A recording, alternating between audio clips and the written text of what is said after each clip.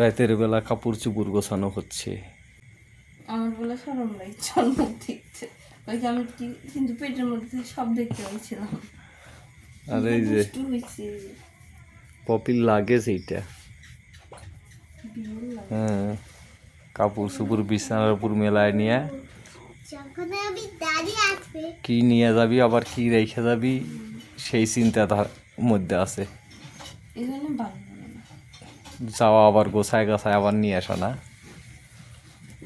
হ্যাঁ, সমস্যা এত কাপড় চোপড় নিয়ে যাওয়া সারাক্ষণ করে দিলাম। তোমার খালি গোছাই না আর প্যান্টগুলো তাহলে নিয়ে যাওয়া, প্যান্ট ছাড়া সব গরমের মধ্যে কাপড় ছুঁয়ে গেছিলাম। হিসাবে 5-7টা ব্যাগ হইলে গান হয় যে এত কাপড় চুপড় হসে। সবচেয়ে আলিজার কাপড় চুপড় বেশি, আলিজার কাপড় চুপড় সব রাইখে যাও, আলিজার কাপড় চুপড় সব রাইখে যাও। এই প্যান্ট তো পরলই না, খালি টেনে নিয়ে আসলে। কালকে পরে যাবো। কালকে যদি আবার ফাটা পড়া রোদ উঠে তখন বুঝবি ঠেলা। তাহলে ওটা বাইরে রাখো, ওটাও আবার ভিতরে তলে রাখিচ্ছ কি জন্যে।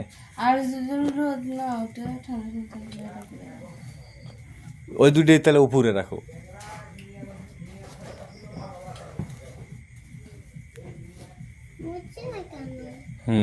গোছাও।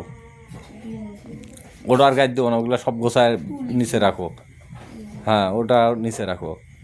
আমার দুইটা গেঞ্জি আর সব কাপড় চুপড় তোমার আর তোমার মেয়ের। আমার ওই প্যান্ট কই তলে দিছ? আচ্ছা থাক, কালো প্যান্ট নিচে রাখছি। আচ্ছা থাক, সমস্যা নেই। কিন্তু গেঞ্জি কোনটা পরবো সেটা পাও, সেটা গেঞ্জির নতুনটা? নতুনটা। হ্যাঁ, ওটা বাইরে রাখো।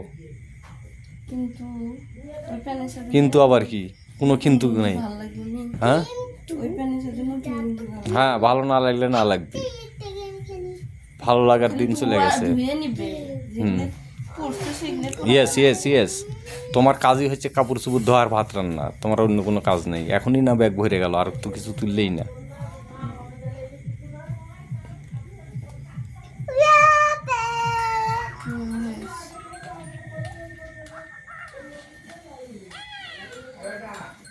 হ্যাঁ, এক দাঁড়ান, ব্যাগ গোছাচ্ছে।